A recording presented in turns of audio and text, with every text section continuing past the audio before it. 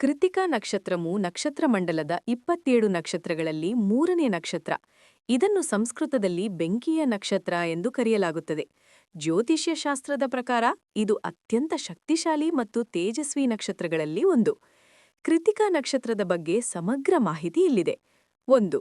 ಮೂಲ ವಿವರಗಳು. ಅಧಿಪತಿ ದೇವತೆ ಅಗ್ನಿ, ಫೈರ್ ಗಾಡ್.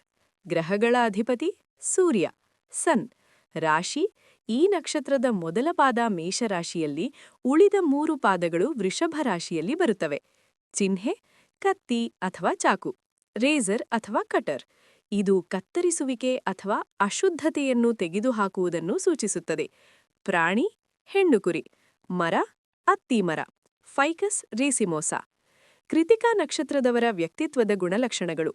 ಈ ನಕ್ಷತ್ರದಲ್ಲಿ ಜನಿಸಿದವರು ಸೂರ್ಯ ಮತ್ತು ಅಗ್ನಿಯ ಪ್ರಭಾವದಿಂದ ವಿಶೇಷ ಗುಣಗಳನ್ನು ಹೊಂದಿರುತ್ತಾರೆ. ತೇಜಸ್ಸು ಮತ್ತು ಧೈರ್ಯ.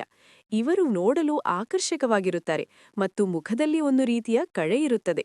ಯಾವುದೇ ಸವಾಲನ್ನು ಎದುರಿಸುವ ಧೈರ್ಯ ಇವರಲ್ಲಿರುತ್ತದೆ. ನೇರ ನಡೆ ನುಡಿ. ಇವರು ಏನಿದ್ದರೂ ನೇರವಾಗಿ ಹೇಳುತ್ತಾರೆ, ಸತ್ಯದ ಪರವಾಗಿ ಇರುತ್ತಾರೆ. ಆದರೆ ಇವರ ನೇರ ಮಾತು ಕೆಲವೊಮ್ಮೆ ಇತರರಿಗೆ ಕಟುವಾಗಿ ಕಾಣಿಸಬಹುದು. ಬುದ್ಧಿವಂತಿಕೆ. ಇವರು ಕಲಿಕೆಯಲ್ಲಿ ಚುರುಕು, ವಿಮರ್ಶಾತ್ಮಕವಾಗಿ ಯೋಚಿಸುವ ಶಕ್ತಿ ಇವರಿಗಿರುತ್ತದೆ. ತಪ್ಪುಗಳನ್ನು ಪತ್ತೆ ಹಚ್ಚುವಲ್ಲಿ ಇವರು ಎತ್ತಿಡ ಕೈ. ಶಿಸ್ತು. ಶಿಸ್ತಿನ ಜೀವನಕ್ಕೆ ಇವರು ಹೆಚ್ಚು ಒತ್ತು ನೀಡುತ್ತಾರೆ. ಸೋಮಾರಿತನ ಎಂದರೆ ಇವರಿಗಾಗದು. ಆಧ್ಯಾತ್ಮಿಕ ಒಲವು. ಇವರಿಗೆ ವೇದ, ಪುರಾಣ ಅಥವಾ ಆಧ್ಯಾತ್ಮಿಕ ವಿಷಯಗಳ ಮೇಲೆ ಸಹಜವಾಗಿಯೇ ಆಸಕ್ತಿ ಇರುತ್ತದೆ. ವೃತ್ತಿ ಮತ್ತು ಜೀವನ. ಇವರು ಶಿಕ್ಷಕರು, ವೈದ್ಯರು, ವಿಶೇಷವಾಗಿ ಶಸ್ತ್ರಚಿಕಿತ್ಸಕರು, ರಕ್ಷಣಾ ಇಲಾಖೆ, ಪೊಲೀಸ್ ಅಥವಾ ಆರ್ಮಿ ಅಥವಾ ಬೆಂಕಿ ಮತ್ತು ಅಡುಗೆಗೆ ಸಂಬಂಧಿಸಿದ ವೃತ್ತಿಗಳಲ್ಲಿ ಯಶಸ್ವಿಯಾಗುತ್ತಾರೆ. ಸೂರ್ಯನ ಪ್ರಭಾವ ಇರುವುದರಿಂದ ಸರ್ಕಾರಿ ಕೆಲಸಗಳಲ್ಲಿ ಅಥವಾ ರಾಜಕೀಯದಲ್ಲಿ ಉನ್ನತ ಸ್ಥಾನ ಪಡೆಯುವ ಸಾಧ್ಯತೆ ಹೆಚ್ಚಿರುತ್ತದೆ. ಪೌರಾಣಿಕ ಹಿನ್ನೆಲೆ. ಕೃತ್ತಿಕಾ ನಕ್ಷತ್ರಕ್ಕೂ ಶಿವನ ಪುತ್ರ ಸುಬ್ರಹ್ಮಣ್ಯನಿಗೂ ಅವಿನಾಭಾವ ಸಂಬಂಧವಿದೆ. ಪುರಾಣದ ಪ್ರಕಾರ ಶಿವನ ತೇಜಸ್ಸಿನಿಂದ ಜನಿಸಿದ 6 ಶಿಶುಗಳನ್ನು ಪೋಷಿಸಿದವರು ಕೃತ್ತಿಕಾ ಕನ್ಯರು.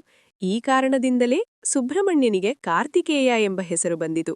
ಹಾಗಾಗಿ ಈ ನಕ್ಷತ್ರದವರು ಸುಬ್ರಹ್ಮಣ್ಯನ ಆರಾಧನೆ ಮಾಡುವುದು ಬಹಳ ಶ್ರೇಷ್ಠ. ಕೃತ್ತಿಕಾ ನಕ್ಷತ್ರದ 4 ಪಾದಗಳು. ಮೊದಲ ಪಾದ ಮೇಷರಾಶಿ. ಇದು ಧನು ನವಾಂಶಕ್ಕೆ ಸೇರುತ್ತದೆ. ಇಲ್ಲಿ ಸೂರ್ಯ ಮತ್ತು ಮಂಗಳನ ಪ್ರಭಾವ ಹೆಚ್ಚಿರುತ್ತದೆ. ಇವರು ತುಂಬಾ ಸಾಹಸಿಗಳು. ಎರಡನೇ ಪಾದ ವೃಷಭರಾಶಿ. ಇದು ಮಕರ ನವಾಂಶಕ್ಕೆ ಸೇರುತ್ತದೆ. ಇವರು ಶಿಸ್ತುಬದ್ಧರು ಮತ್ತು ಸ್ಥಿರ ಮನಸ್ಸಿನವರು. ಮೂರನೇ ಪಾದ ವೃಷಭರಾಶಿ. ಇದು ಕುಂಭ ನವಾಂಶಕ್ಕೆ ಸೇರುತ್ತದೆ. ಇವರು ಮಾನವೀಯ ಗುಣವುಳ್ಳವರು ಮತ್ತು ಸಮಾಜ ಸೇವೆಯಲ್ಲಿ ಆಸಕ್ತಿ ಹೊಂದಿರುವವರು. ನಾಲ್ಕನೇ ಪಾದ ವೃಷಭರಾಶಿ. ಇದು ಮೀನ ನವಾಂಶಕ್ಕೆ ಸೇರುತ್ತದೆ.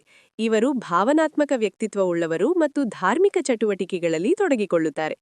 ಶುಭ ಸೂಚನೆಗಳು. ಅದೃಷ್ಟದ ಬಣ್ಣ ಬಿಳಿ ಅಥವಾ ಗುಲಾಬಿ. ಅದೃಷ್ಟದ ಸಂಖ್ಯೆ 1 ಮತ್ತು 3. ಪೂಜಿಸಬೇಕಾದ ದೇವರು ಅಗ್ನಿದೇವ ಮತ್ತು ಸುಬ್ರಹ್ಮಣ್ಯ ಸ್ವಾಮಿ. ಒಂದು ಸಲಹೆ: ಕೃತ್ತಿಕಾ ನಕ್ಷತ್ರದವರು ತಮ್ಮ ಕೋಪವನ್ನು ನಿಯಂತ್ರಣದಲ್ಲಿಟ್ಟುಕೊಂಡರೆ ಜೀವನದಲ್ಲಿ ಅಸಾಧಾರಣ ಸಾಧನೆ ಮಾಡಬಲ್ಲರು. ನಿಮ್ಮ ಜನ್ಮಪತ್ರಿಕೆಯಲ್ಲಿ ಈ ನಕ್ಷತ್ರದ ಪ್ರಭಾವ ಹೇಗಿದೆ ಅಥವಾ ಈ ನಕ್ಷತ್ರಕ್ಕೆ ಸಂಬಂಧಿಸಿದ ಶಾಂತಿ ಮಂತ್ರಗಳ ಬಗ್ಗೆ ತಿಳಿಯಬೇಕೇ? ಕೃತ್ತಿಕಾ ನಕ್ಷತ್ರದ ಅಧಿಪತಿ ಅಗ್ನಿದೇವ ಮತ್ತು ಗ್ರಹಾಧಿಪತಿ ಸೂರ್ಯ. ಈ ನಕ್ಷತ್ರದ ಪ್ರಭಾವದಿಂದ ಉಂಟಾಗುವ ಕೋಪ ಅಥವಾ ಅಸ್ಥಿರತೆಯನ್ನು ಕಡಿಮೆ ಮಾಡಿ ಮನಸ್ಸಿಗೆ ಶಾಂತಿ ಮತ್ತು ಜೀವನದಲ್ಲಿ ಏಳಿಗ ಪಡೆಯಲು ಈ ಕೆಳಗಿನ ಮಂತ್ರಗಳು ಮತ್ತು ಪರಿಹಾರಗಳು ಅತ್ಯಂತ ಪರಿಣಾಮಕಾರಿ. 1. ಕೃತ್ತಿಕಾ ನಕ್ಷತ್ರದ ವೇದ ಮಂತ್ರ. ಇದು ಕೃತ್ತಿಕಾ ನಕ್ಷತ್ರದ ಮೂಲ ಮಂತ್ರ. ಇದನ್ನು ಪ್ರತಿದಿನ 21 ಅಥವಾ 108 ಬಾರಿ ಜಪಿಸುವುದು ಉತ್ತಮ. ಮಂತ್ರ: ಓಂ ಐಂ ಕಂ ಕೃತ್ತಿಕಾ ನಕ್ಷತ್ರಾಧಿಪತಯೇ ಅಗ್ನಿದೇವಾಯ ನಮಃ. 2. ಅಗ್ನಿ ಗಾಯತ್ರಿ ಮಂತ್ರ. ಕೃತ್ತಿಕಾ ನಕ್ಷತ್ರದ ದೇವತೆ ಅಗ್ನಿಯಾದ್ದರಿಂದ ಈ ಮಂತ್ರವು ತೇಜಸ್ಸು ಮತ್ತು ಶುದ್ಧಿಯನ್ನು ನೀಡುತ್ತದೆ. ಮಂತ್ರ: ಓಂ ಸಪ್ತಜಿಹ್ವಾಯ ವಿದ್ಮಹೆ ಅಗ್ನಿದೇವಾಯ ಧೀಮಹಿ ತನ್ನೋ ಅಗ್ನಿಃ ಪ್ರಚೋದಯಾತ್. 3.